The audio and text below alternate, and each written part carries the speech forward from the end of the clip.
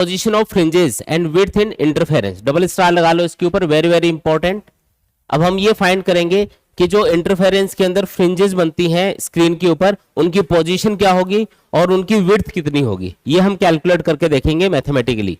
ठीक है, तो यहाँ पे देखो हमने क्या किया हुआ है, ये एक लाइट का सोर्स रखा हुआ है, ये है सोर्स ऑफ लाइट, और ये कार्डबोर्ड है जिसके ऊपर दो होल कर रखे हैं जिनको हम स्लिट्स बोलते हैं। तो ये है स्लिट S1 और ये है स्लिट S2, और सामने किसी कैपिटल डी डिस्टेंस के ऊपर हमने स्क्रीन को रखा हुआ है। स्क्रीन कितनी दूरी पे रखा हुआ है, कैपिटल डी डिस्टेंस पे रखा हुआ है। मान लो कि दोनों स्लिट्स के बीच में जो डिस्टेंस है वो है स्मॉल डी, दोनों जो स्लिट्स है उनके बीच का डिस्टेंस कितना है, स्मॉल डी के बराबर है। अब हमें ये फाइंड करना है कि स्क्रीन के ऊपर आपको कैसी फ्रिंजेस मिलेंगी, ब्राइट फ्रिंज मिलेगी, डार्क फ्रिंज मिलेगी, और किस पोजीशन पे मिलेंगी, और स्क्रीन के सेंटर से उनकी दूरियां क्या होंगी, और इसके अलावा फ्रिंजेस की विड्थ कितनी होगी, ये सारी चीजें हम कैलकुलेट करके देखेंगे। इसमें बिल्कुल आसान डेरिवेशन है। हम सबसे पहले तो ये देखते हैं कि जो स्क्रीन का सेंटर पॉइंट है जिसको हम C बोल देते हैं, सेंटर पॉइंट के ऊपर कौन सी फ्रिंज बनेगी ये देखते हैं पहले। तो ये जो लाइट का सोर्स है ये यहां से वेव फ्रंट को एमिट करेगा, वो जो वेव फ्रंट है वो आगे बढ़ता बढ़ता इस स्लिट के ऊपर इंसिडेंट होगा। जैसे ये लाइट का सोर्स है ये इस तरीके से वेव फ्रंट को एमिट करेगा, और ये जो वेव फ्रंट है ये आगे बढ़ता बढ़ता इस तरीके से इस स्लिट के ऊपर इंसिडेंट होगा। ये जो स्लिट्स हैं इनके ऊपर इस वेव फ्रंट के जो पॉइंट्स होंगे, ये जो दोनों पॉइंट्स हैं ये दो लाइट के सोर्सेज की तरह बिहेव करेंगे जिनको हम कोहेरेंट सोर्सेज बोलते हैं। ठीक है, तो यहाँ पे ये दोनों पॉइंट्स किसकी तरह बिहेव कर रहे होंगे, कोहेरेंट सोर्सेज की तरह बिहेव कर रहे होंगे। तो यहां से सेकेंडरी वेवलेट्स एमिट होना स्टार्ट हो जाएंगी। अब हम बात करें स्क्रीन के सेंटर की, तो यहां पे जब सेकेंडरी वेवलेट्स पहुंचेंगी तो S1 स्लिट से आने वाली जो सेकेंडरी वेवलेट्स हैं और S2 स्लिट से आने वाली जो सेकेंडरी वेवलेट्स हैं उनको बराबर डिस्टेंस कवर करना पड़ेगा, क्योंकि डायग्राम में आपको एक सिमेट्री दिखाई दे रही होगी। ये डिस्टेंस कितनी है, D है ना, स्मॉल d। इसका हाफ डिस्टेंस क्या होगा, D/2, नीचे वाली हाफ डिस्टेंस भी D/2, और ये वाली डिस्टेंस कितनी है, कैपिटल D। तो अगर आप इस ऊपर वाले ट्राइंगल को ध्यान से देखोगे तो उसमें ये जो हाइपोटेनियस आएगा और इस नीचे वाले ट्राइंगल के अंदर जो हाइपोटेनियस आएगा उसकी लेंथ बराबर आएगी। अगर आप सॉल्व करके देखोगे ना पाइथागोरस थ्योरम से, तो ऊपर वाला ट्राइंगल और नीचे वाला ट्राइंगल एग्जैक्टली सेम होंगे, और इसकी वजह से ये वाली डिस्टेंस और ये वाली डिस्टेंस क्या आएंगी, बराबर आएंगी। तो जितना डिस्टेंस S1 स्लिट से चलने वाली सेकेंडरी वेवलेट्स को कवर करना पड़ा, उतना ही डिस्टेंस S2 स्लिट से आने वाली सेकेंडरी वेवलेट्स भी C पॉइंट पे पहुंचते पहुंचते कवर करेंगी। तो ये जो सेकेंडरी वेवलेट्स हैं और ये वाली जो सेकेंडरी वेवलेट्स होंगी, क्योंकि ये बराबर डिस्टेंस कवर कर रही है, तो इनके बीच में पाथ डिफरेंस कितना क्रिएट होगा, 0। इनके बीच में कोई भी पाथ डिफरेंस क्रिएट नहीं होगा। और आपको याद होगा जब भी दो लाइट वेव्स के बीच में 0 पाथ डिफरेंस होता है तो ये वाली सिचुएशन होती है। अगर 0 पाथ डिफरेंस होगा ना दो लाइट वेव्स के बीच में, तो इस तरीके से ये एक ही पॉइंट से स्टार्ट होती है, एक ही पॉइंट पे ये मिलती है। और कौन सा सुपरपोजिशन होता है इनके बीच में, कंस्ट्रक्टिव सुपरपोजिशन होता है। अगर कंस्ट्रक्टिव सुपरपोजिशन हो रहा होगा दो लाइट वेव्स के बीच में, तो आपको मैक्सिमम इंटेंसिटी मिलेगी, यानी कि स्क्रीन के सेंटर के ऊपर क्या मिलेगी आपको, मैक्सिमम इंटेंसिटी, जिसको हम ब्राइट फ्रिंज बोलेंगे। कौन से नंबर की ब्राइट फ्रिंज बनेगी, 0 नंबर की ब्राइट फ्रिंज बनेगी स्क्रीन के सेंटर के ऊपर। ये जो सेंटर पे बनने वाली फ्रिंज है इसका नंबर क्या होगा, 0 नंबर की ब्राइट फ्रिंज बनेगी। यहाँ पे समझ में आया क्या ये, ठीक है। तो याद रखना है कि स्क्रीन के सेंटर पे हमेशा ब्राइट फ्रिंज बनती है। अब स्क्रीन के ऊपर किसी दूसरे पॉइंट की बात करेंगे, तो मैं इसको मिटा देता हूं यहाँ पे। मान लो कि ये कोई पॉइंट है P। अब P पॉइंट के ऊपर कैसी फ्रिंज मिलेगी वो हम फाइंड करके देखेंगे। ये जो P पॉइंट है ये कितनी दूर है स्क्रीन के सेंटर से, मान लो ये x दूरी के ऊपर है। कितनी दूरी पे है, किसी x दूरी के ऊपर है, ठीक है जी। अब S1 स्लिट से जो सेकेंडरी वेवलेट्स चलेंगी जो P पॉइंट के ऊपर पहुंचेंगी, और S2 स्लिट से जो सेकेंडरी वेवलेट्स P पॉइंट के ऊपर पहुंचेंगी, इनके बीच में एक पाथ डिफरेंस क्रिएट हो जाएगा। रीजन, क्योंकि S1 स्लिट से जो सेकेंडरी वेवलेट्स जा रही है उनको P पॉइंट तक पहुंचने में S1 P डिस्टेंस कवर करनी है, और जो S2 स्लिट से जनरेट हो रही है सेकेंडरी वेवलेट्स उनको अगर P पॉइंट पे पहुंचना है तो उनको S2 P डिस्टेंस कवर करनी पड़ेगी। और ये जो S2 P डिस्टेंस है आप देख सकते हो S1 P से ज्यादा है, इसका मतलब ये डिस्टेंस कम है, ये डिस्टेंस ज्यादा है। इसलिए जब ये दोनों लाइट वेव्स P पॉइंट के ऊपर पहुंच रही होंगी तो इनके बीच में एक पाथ डिफरेंस क्रिएट होगा। क्या क्रिएट होगा, एक पाथ डिफरेंस क्रिएट हो जाएगा। मतलब एक छोटी डिस्टेंस है, एक बड़ी डिस्टेंस है, उन दोनों डिस्टेंसेस का जो डिफरेंस है उसी को हम बोलते हैं पाथ डिफरेंस। जैसे अभी हमने स्क्रीन के सेंटर पे देखा था, तो स्क्रीन के सेंटर पे तो ये एक साथ पहुंच रही थी बराबर डिस्टेंस कवर करते हुए, तो ये कंस्ट्रक्टिव सुपरपोजिशन कर रही थी। लेकिन अब इस पी पॉइंट के ऊपर जब सेकेंडरी वेवलेट्स जा रही होंगी तो इनके बीच में क्या क्रिएट हो गया, एक पाथ डिफरेंस क्रिएट हो गया। उसका रीजन क्या है, क्योंकि ये डिस्टेंसेस अलग अलग कवर करनी पड़ रही है इनको। अब आपको ये कैलकुलेट करना पड़ेगा कि इन दोनों लाइट वेव्स के बीच में पाथ डिफरेंस कितना होगा। उसी से पता चल पाएगा कि यहाँ पे ब्राइट फ्रिंज मिलेगी या फिर डार्क फ्रिंज मिलेगी, उसी से हम पता कर पाएंगे। तो आपको सबसे पहला काम क्या करना है, इन दोनों जो दोनों पाथ है S1P और S2P, इनका डिफरेंस फाइंड करना है, जिसको हम बोलते हैं पाथ डिफरेंस। ठीक है, पाथ डिफरेंस आपको कैलकुलेट करना पड़ेगा। पाथ डिफरेंस मतलब S2P में से S1P माइनस कर दो, S2P माइनस S1P, इसी को हम बोलते हैं पाथ डिफरेंस। सिंपल सी बात है। ठीक है, कैसे कैलकुलेट करेंगे अब इसको, तो यहां पे हम एक एजम्पशन लेके चलते हैं जिससे आसानी से इसको सॉल्व कर पाएंगे। मान लेते हैं कि ये एंगल छोटा है, काफी छोटा है, वेरी स्मॉल एंगल है। ये वाला एंगल क्या है, वेरी स्मॉल, ये हमने एज्यूम कर लिया। और स्मॉल एंगल्स के लिए आपको पता है कि अगर ये एंगल छोटा है तो इन दोनों लाइनों की लेंथ का डिफरेंस अगर आपको फाइंड करना है, जैसे एक एग्जांपल से बताता हूं, जैसे मान लो एक ये लाइन है, एक ये लाइन है। अब दोनों लाइन छोटी बड़ी है इसमें, और ये एंगल यहाँ पे छोटा है, ठीक है, स्मॉल एंगल है यहाँ पे।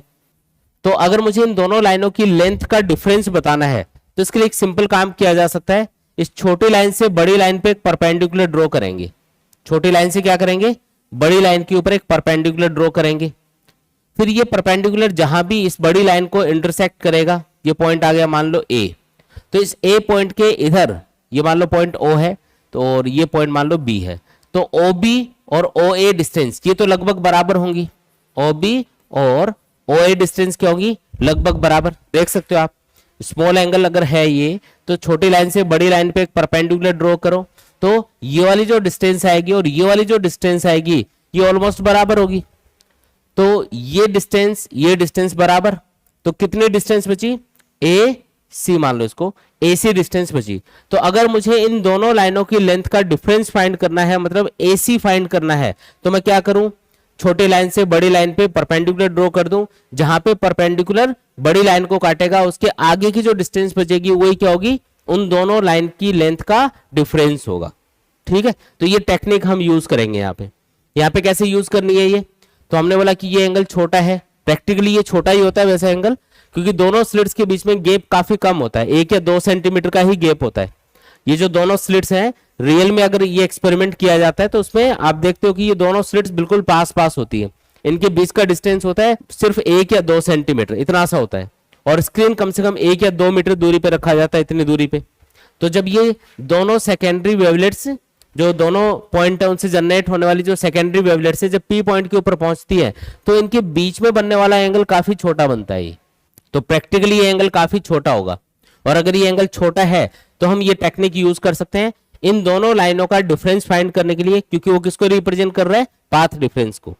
तो क्या करना है उसके लिए, छोटी लाइन से बड़ी लाइन पे एक परपेंडिकुलर ड्रॉ करेंगे। छोटी लाइन से बड़ी लाइन पे क्या करना है, एक परपेंडिकुलर ड्रॉ करना है इस तरीके से।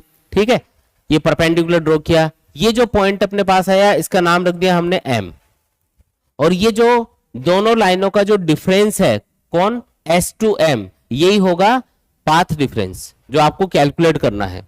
तो यहां पे जो पाथ डिफरेंस है S2P माइनस S1P वो किसके बराबर होगा, S2M के बराबर होगा। S2M ये वाली डिस्टेंस है, इसके बराबर होगा। अब ये आपको कैलकुलेट करना है in terms of small d and capital D, है ना, इनके टर्म्स में सॉल्व करके बताएंगे। अब कैसे सॉल्व करना है वो ध्यान से समझना। सबसे पहले ये एंगल एज्यूम कर लेते हैं, मान लो ये एंगल है थीटा, ये एंगल कितना है यहाँ पे, थीटा। एंगल के, ये एक राइट एंगल ट्राइंगल है, यहाँ पे एंगल के सामने वाली जो साइड है वो क्या होगी, परपेंडिकुलर, और ये वाली साइड क्या होगी, हाइपोटेनियस। ये एक राइट एंगल ट्राइंगल बन रहा है क्योंकि यहां से हमने एक परपेंडिकुलर ड्रॉ किया था इसके ऊपर, तो ये 90 डिग्री एंगल है ना। तो एंगल के सामने ये क्या हो गया, परपेंडिकुलर, और ये क्या हो गया, हाइपोटेनियस। क्या रिलेशन है दोनों में, sine theta. Sine theta equal to क्या होता है, perpendicular S2M divided by hypotenuse, जो कि स्मॉल d के बराबर है। तो बताओ यहां से S2M क्या आया, डी साइन थीटा के बराबर आ गया। यानी कि जो पाथ डिफरेंस अपने पास आ गया वो कितना है, S2m के बराबर है। किसके बराबर है, S2m के बराबर है। ठीक है जी। अब कैपिटल डी को भी फॉर्मूले के अंदर लेके आएंगे। अब वो कैसे लाना है वो ध्यान से समझना। अब यहां पे हमने ये मान रखा है कि जो एंगल्स वगैरह वो छोटे ही बन रहे हैं, और अगर एंगल्स छोटे हैं तो ये जो साइन थीटा है इसको हम टेन थीटा भी लिख सकते हैं।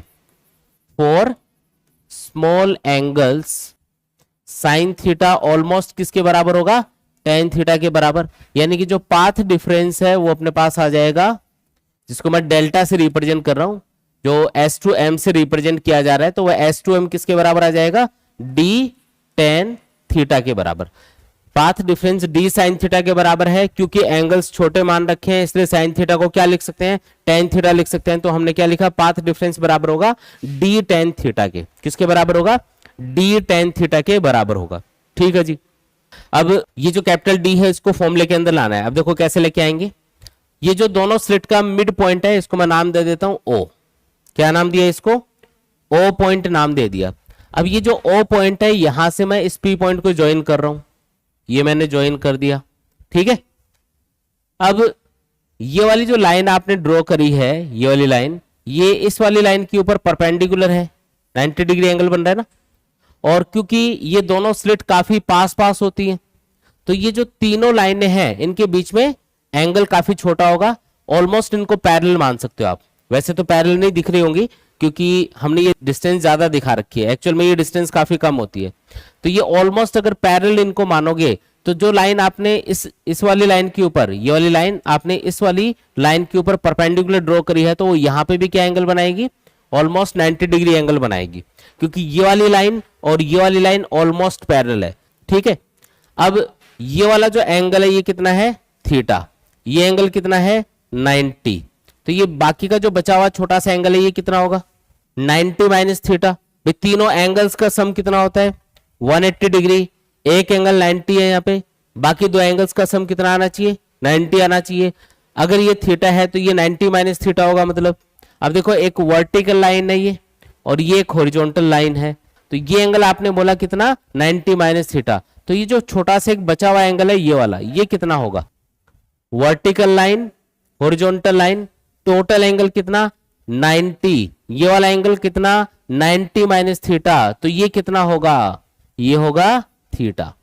दोबारा समझो, ये जो ऊपर छोटा सा एक ट्रायंगल दिखाई दे रहा है इसमें ये एंगल 90 है, ये थीटा हमने डिफाइन किया हुआ है, तो ये एंगल कितना होगा, 90 माइनस थीटा। फिर ये जो लाइन है और ये जो लाइन है ये एक दूसरे के परपेंडिकुलर है, तो ये टोटल एंगल इतना इतना इतना, ये टोटल एंगल कितना बनेगा, 90 डिग्री के बराबर बनेगा। उसमें से इतना इतना एंगल आपने बोला कि ये 90 माइनस थीटा है, तो बाकी बचा हुआ एंगल कितना होगा, थीटा ही तो होगा। तो ये एंगल आ गया अपने पास में थीटा। तो ये जो एक राइट एंगल ट्रायंगल आपको दिखाई दे रहा है, ये वाला जो राइट एंगल ट्रायंगल है, नाम रख दो इसका OCP। ये वाला जो राइट एंगल ट्रायंगल है, इस राइट एंगल ट्रायंगल में एंगल थीटा के सामने ये वाली साइड क्या होगी, परपेंडिकुलर, और ये वाली साइड क्या होगी, बेस। क्या रिलेशन है दोनों में, परपेंडिकुलर और बेस में क्या रिलेशन होता है, टेन थीटा। इसलिए मैंने उसको साइन थीटा को टेन थीटा में कन्वर्ट किया था।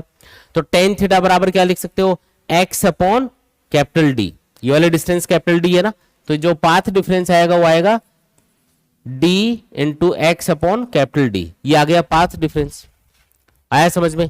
तो इस तरीके से हमने इन दोनों लाइट वेव्स के बीच में जो S1 और S2 स्लिट से P पॉइंट के ऊपर पहुंच रही होंगी उनके बीच का पाथ डिफरेंस कैलकुलेट कर लिया बिल्कुल आसानी से। ठीक है। अब पाथ डिफरेंस तो कैलकुलेट हो गया, लेकिन अब ये कैसे पता चलेगा कि P पॉइंट के ऊपर ब्राइट फ्रिंज बनेगी या डार्क फ्रिंज। ठीक है। तो उसके लिए हम ये जो पाथ डिफरेंस हमने कैलकुलेट किया है इसको मैच करवा के देखेंगे। अगर ये पाथ डिफरेंस ब्राइट फ्रिंज की जो कंडीशन होती है, पाथ डिफरेंस n लैम्डा होना चाहिए उसके लिए, अगर उसके बराबर सेट हो गया तो यहां पे आपको ब्राइट फ्रिंज मिलेगी। और अगर ये पाथ डिफरेंस डार्क फ्रिंज की जो कंडीशन होती है उसके लिए पाथ डिफरेंस होना चाहिए 2n-1 लैम्डा बाय 2। अगर उसके बराबर सेट हो गया तो फिर आपको P पॉइंट के ऊपर डार्क फ्रिंज मिलेगी। जैसे मैं ब्राइट फ्रिंज के लिए बता रहा हूं, फॉर ब्राइट फ्रिंज जो पाथ डिफरेंस वो कितना होना चाहिए उसके लिए n लैम्डा होना चाहिए। जो ब्राइट फ्रिंज है उसके लिए पाथ डिफरेंस कितना होना चाहिए, एन लैम्डा। तो ये जो आपने कैलकुलेट किया है path difference D x upon capital D, इसको एन लैम्डा के बराबर लिख दो, ठीक है, और इससे एक्स कैलकुलेट कर लो। तो एक्स क्या आएगा यहाँ पे, N D lambda upon small D.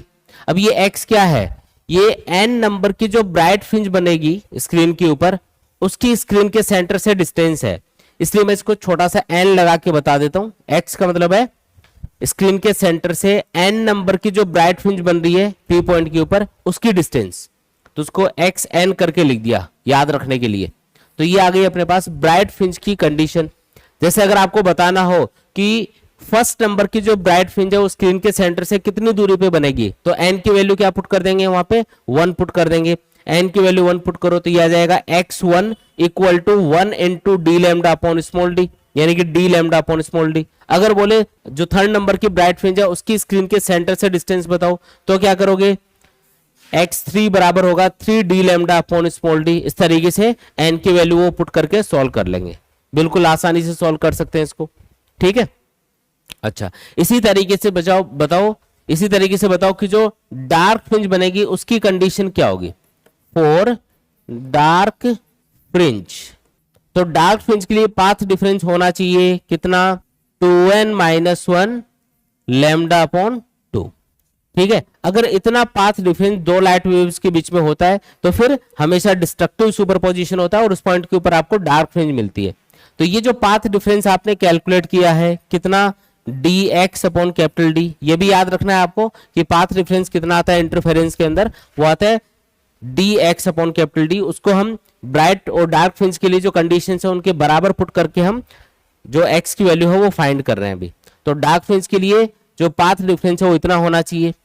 तो ये जो आपने पाथ डिफरेंस कैलकुलेट किया है डी एक्स अपॉन डी, अगर ये बराबर होगा किसके, 2n माइनस 1 लैम्डा बाई 2 के, तो आपको पी पॉइंट के ऊपर डार्क फ्रिंज मिलेगी, क्योंकि ये जो पाथ डिफरेंस है ये डार्क फ्रिंज की जो कंडीशन है उसके अकॉर्डिंग सेट हो गया, ठीक है। तो आपको डार्क फ्रिंज मिलेगी। तो बताओ इससे x की वैल्यू क्या आएगी निकल के, सॉल्व करोगे तो आएगा 2n minus 1 capital D lambda upon 2d, और ये n नंबर की डार्क फ्रिंज के लिए कंडीशन आएगी तो x के नीचे छोटा सा n लगा देंगे यहाँ पे। आया समझ में, ठीक है। तो इस तरीके से हम ब्राइट और डार्क फ्रिंजेस स्क्रीन के सेंटर से कितनी दूरी पे बनेंगी वो दूरियां फाइंड कर सकते हैं इन फॉर्मूला को यूज करके। आसान है एकदम, ठीक है।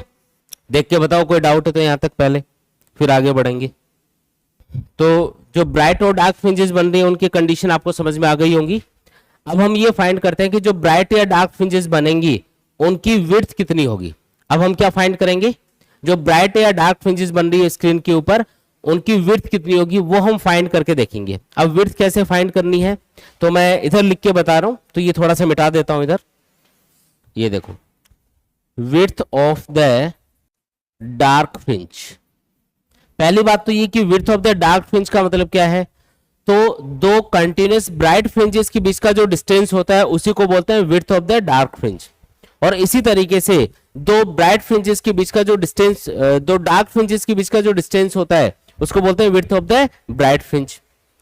फ्रिंज विड्थ का मतलब क्या है, दो कंटिन्यूअस ब्राइट फ्रिंजेस के बीच का जो डिस्टेंस होगा उसको बोलेंगे width of the dark fringe.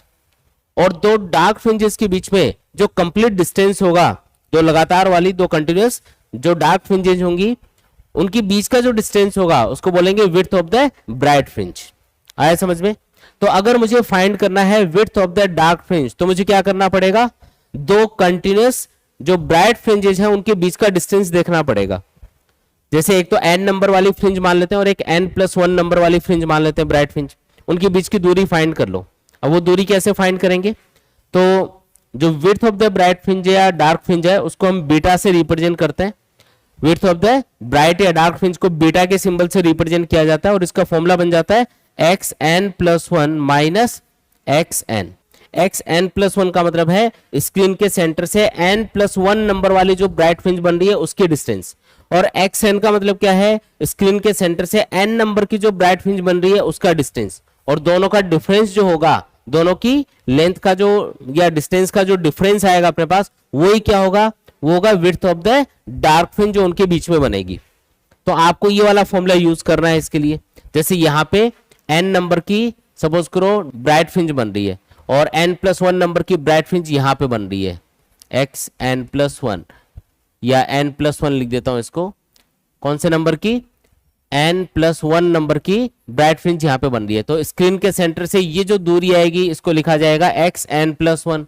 क्या लिखा जाएगा इसको, xn+1। तो इसमें से ये माइनस कर लो तो ये दूरी आ जाएगी अपने पास, और इसी दूरी को हम क्या बोल रहे हैं, width of the dark fringe बोल रहे हैं। दो ब्राइट फ्रिंजेस के बीच में जो डिस्टेंस होती है उसी को हम बोलते हैं width of the dark fringe. तो ये फॉर्मूला हम यूज करेंगे। अब एक्स एन की वैल्यू तो हमको पता है ब्राइट फ्रिंज के लिए N D lambda upon small D होती है। तो एक्स एन प्लस वन कितना होगा, तो सिंपली आपको एन की जगह क्या पुट करना है, उसके लिए एन प्लस वन पुट करना है।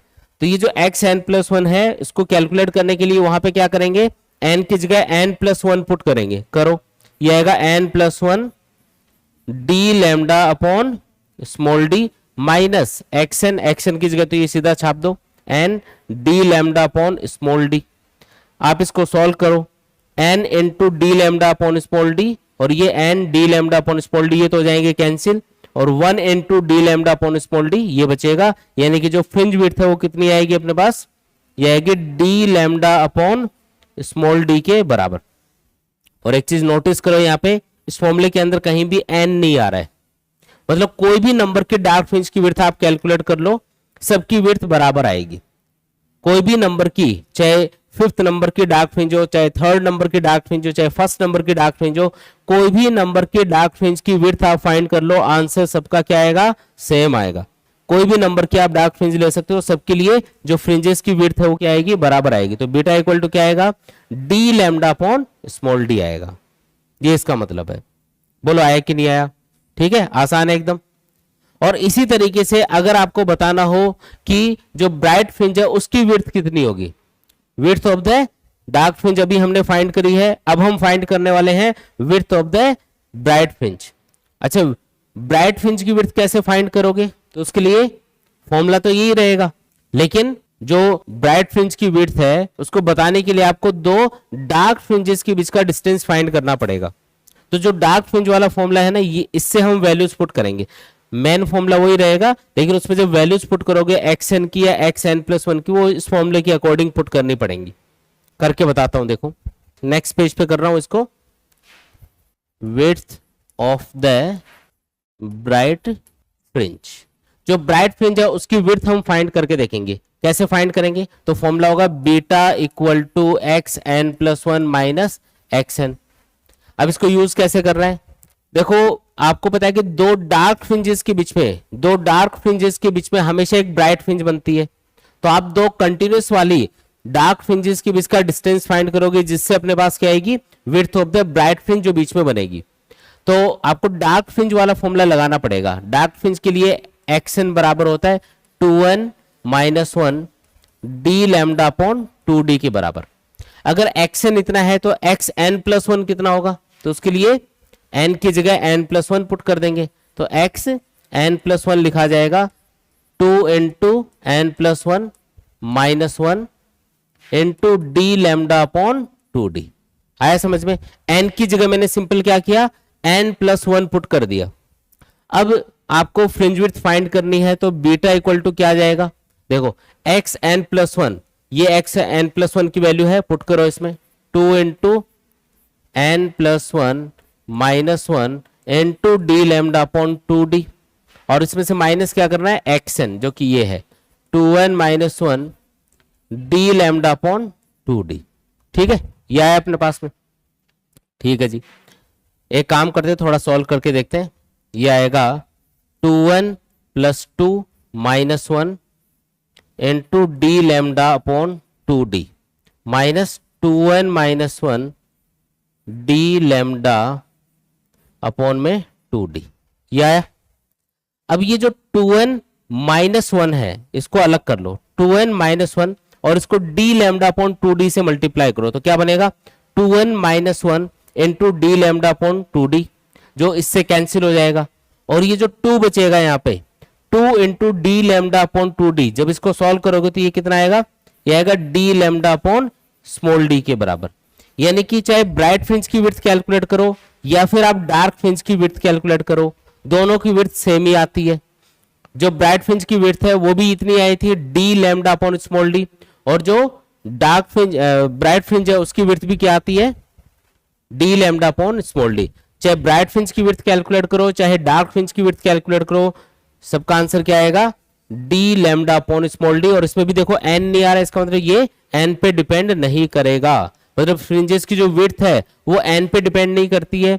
एन पे डिपेंड नहीं करने का मतलब है कोई भी नंबर की आप ब्राइट या डार्क फ्रिंज की विड्थ कैलकुलेट कर लो, सबकी विड्थ क्या आएगी, सेम आएगी। ठीक है, आया समझ में ये? ठीक है, अब एक दो इंपॉर्टेंट पॉइंट्स मैं इसके बारे में बताता हूं आपको जो आपको याद रखने हैं इंटरफेरेंस से रिलेटेड। देखो इंटरफेरेंस के अंदर क्या होता है, जो ब्राइट फ्रिंज का जो फॉर्मूला है वो देखो, ये है X N equal to N D lambda upon small D. ठीक है, अगर आप इंटरफेरेंस पैटर्न के अंदर अगर व्हाइट लाइट यूज करोगे तो क्या होगा, नॉर्मली हम क्या करते हैं, मोनोक्रोमेटिक लाइट यूज करते हैं, मतलब एक ही कलर की लाइट यूज करेंगे और उससे इंटरफेरेंस पैटर्न को ऑब्जर्व करेंगे। लेकिन मान लो आपने यहां पे व्हाइट लाइट का सोर्स लगा दिया, तो व्हाइट लाइट में 7 कलर की लाइट मिक्स होती है। कौन कौन सी लाइट मिक्स होती है, VIBGYOR, violet, indigo, blue, green, yellow, orange और रेड, और इधर से इधर जाने पे वेवलेंथ इंक्रीज होती जाती है, ये भी आपको पता है। तो अगर आप यहाँ पे व्हाइट लाइट का कोई भी सोर्स लगा दोगे, कैसे सोर्स लगा दोगे, व्हाइट लाइट का कोई भी सोर्स लगा दोगे तो उससे 7 कलर की लाइट एमिट होगी जो कि आपस में मिक्स होती है, इसलिए आपको व्हाइट दिखाई देती है। जब 7 कलर की लाइट इन स्लिट्स के ऊपर गिरेगी तो यहाँ पे जो स्क्रीन है उसके ऊपर 7 कलर के अलग अलग पैटर्न बनेंगे, अलग अलग कलर की जो लाइट है वो अलग अलग पैटर्न बनाएगी। क्यों, क्योंकि सबके लिए लैम्डा क्या है, अलग अलग है, तो हर एक कलर की जो ब्राइट फ्रिंज है वो अलग अलग पोजीशन पे बनेगी। जो एक्सन की वैल्यू है वो लैम्डा के ऊपर डिपेंड कर रही है, तो लैम्डा अगर बदलोगे तो एक्सन की वैल्यू चेंज हो जाएगी। जैसे अगर वॉयलेट कलर की बात करें तो वॉयलेट कलर की वेवलेंथ क्या होती है, सबसे कम होती है। अगर वॉयलेट कलर की वेवलेंथ सबसे कम है, अगर वॉयलेट कलर के लिए लैम्डा सबसे कम है तो उसकी फ्रिंजेस स्क्रीन के सेंटर के पास पास बनेंगी क्योंकि उसके लिए एक्सन की वैल्यू कम आएगी। लेकिन अगर रेड कलर की बात करें तो उसकी वेवलेंथ सबसे ज्यादा होती है, तो लैम्डा ज्यादा होने से एक्सन की वैल्यू ज्यादा आएगी। जैसे फर्स्ट नंबर की ब्राइट फ्रिंज के लिए आपको पोजीशन फाइंड करनी है, तो वॉयलेट कलर के लिए फर्स्ट जो ब्राइट फ्रिंज है उसकी जो दूरी आएगी उसके लिए लैम्डा आप वॉयलेट कलर के लिए पुट करोगे। फिर आप रेड कलर के लिए फर्स्ट ब्राइट फ्रिंज की पोजीशन फाइंड करोगे तो उसके लिए लैम्डा आपको रेड कलर वाला पुट करना पड़ेगा, तो उससे आपके पास x1 की वैल्यू रेड कलर के लिए अलग आएगी जो कि ज्यादा आएगी पहले से, क्योंकि लैम्डा उसके लिए ज्यादा है ना, तो x1 की वैल्यू क्या आएगी, रेड कलर के लिए वॉयलेट कलर के कंपैरिजन में ज्यादा आएगी। ये चीज समझ में आई क्या? इसका मतलब ये है कि जो स्क्रीन है उसके ऊपर अलग अलग कलर की जो फ्रिंजेस हैं वो अलग अलग पोजीशन पे बन रही होंगी। जैसे फर्स्ट नंबर की वॉयलेट कलर की फ्रिंज अलग पोजीशन पे बनेगी, रेड कलर की फ्रिंज अलग पोजीशन में बनेगी, येलो कलर की फ्रिंज अलग पोजीशन में बनेगी लैम्डा के अकॉर्डिंग। तो आपको पूरा जो स्क्रीन है वो कलरफुल दिखेगा, पहली बात तो ये।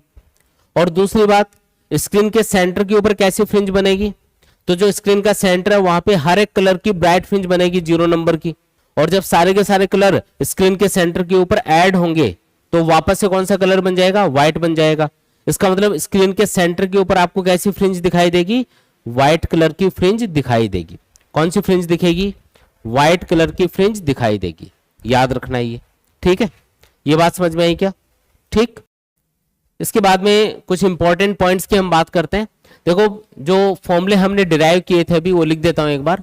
जैसे एन नंबर की जो ब्राइट फ्रिंज है उसके लिए फॉर्मूला आया था, ब्राइट फ्रिंज के लिए फॉर्मूला आया था X N equal to N D lambda upon small D, और डार्क फ्रिंज के लिए पोजीशन का फॉर्मूला आया था X N equal to 2n minus 1 D lambda upon 2d। ये फॉर्मूला अपने पास निकल के आया, ठीक है। अब अगर आप व्हाइट लाइट यूज करोगे तब क्या होगा, तो व्हाइट लाइट के लिए आपको बताया कि उसमें 7 कलर की लाइट मिक्स होती है, और 7 कलर की लाइट के लिए जो लैम्डा है वो अलग अलग होता है। जैसे ये जो 7 कलर की लाइट है इसमें वॉयलेट से रेड की तरफ जाते हैं तो लैम्डा इंक्रीज होता है। तो अलग अलग कलर की लाइट के लिए क्योंकि लैम्डा अलग अलग है इसलिए आपको स्क्रीन के ऊपर जो पैटर्न दिखेगा वो अलग अलग कलर की लाइट का अलग अलग पोजीशन पे दिखेगा। व्हाइट लाइट में 7 कलर की लाइट मिक्स है तो उससे 7 पैटर्न्स बनेंगे स्क्रीन के ऊपर, उसमें कुछ फ्रिंजेस ओवरलैप भी कर रही होंगी, इस तरीके से पैटर्न दिखाई देगा। सबसे पास पास जो फ्रिंजेस बनेंगी वो वाली फ्रिंजेज होंगी जिनके लिए लैम्डा सबसे कम है, क्योंकि लैम्डा कम होगा तो फ्रिंजेस की जो पोजीशन है वो पास पास आएगी, यानी कम डिस्टेंस पे आएगी लैम्डा कम होने से। तो वॉयलेट कलर की फ्रिंजेस स्क्रीन के सेंटर के पास पास बनेंगी, जबकि रेड कलर की लैम्डा सबसे ज्यादा है तो इसकी फ्रिंजेस स्क्रीन के सेंटर से दूर दूर बनेंगी। इस तरीके से पैटर्न बनेगा, ठीक है। और स्क्रीन के सेंटर पे कैसी फ्रिंज बनेगी, तो सेंटर के ऊपर हर एक कलर की ब्राइट फ्रिंज बनेगी 0 नंबर की, इसलिए सारे के सारे कलर मिक्स होकर वापस से कौन सा कलर बना लेंगे, व्हाइट। तो स्क्रीन का सेंटर आपको व्हाइट ही दिखेगा। तो अगर आप व्हाइट लाइट यूज करोगे तो आंसर क्या होगा इसका, कि कैसा पैटर्न बनेगा, तो स्क्रीन आपको कलरफुल दिखेगा लेकिन सेंटर पे हमेशा व्हाइट फ्रिंज बनेगी, ठीक है, व्हाइट कलर की ब्राइट फ्रिंज बनेगी, ठीक है जी। ये तो पहला पॉइंट बताया आपको। सेकंड पॉइंट देखो, मान लो कि आप इंटरफेरेंस पैटर्न के अंदर क्या करते हो, जो दोनों स्लिट हैं उनमें से किसी एक स्लिट के सामने आप ग्लास का स्लेब रख देते हो। ये ग्लास का स्लेब रख दिया, इसका रिफ्रैक्टिव इंडेक्स म्यू है और इसकी थिकनेस मान लो टी है। ये लाइट का सोर्स यहाँ पे रखा हुआ है, ये स्लिट S1 मान लो, ये स्लिट S2 मान लो।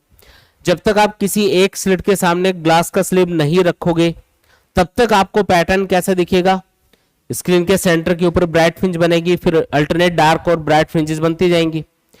अगर आपने किसी भी एक स्लिट के सामने ग्लास का स्लेब रख दिया तो पूरा का पूरा पैटर्न ऊपर शिफ्ट हो जाएगा। जिस साइड में आप ग्लास का स्लेब रखोगे उस साइड में शिफ्ट हो जाता है पैटर्न।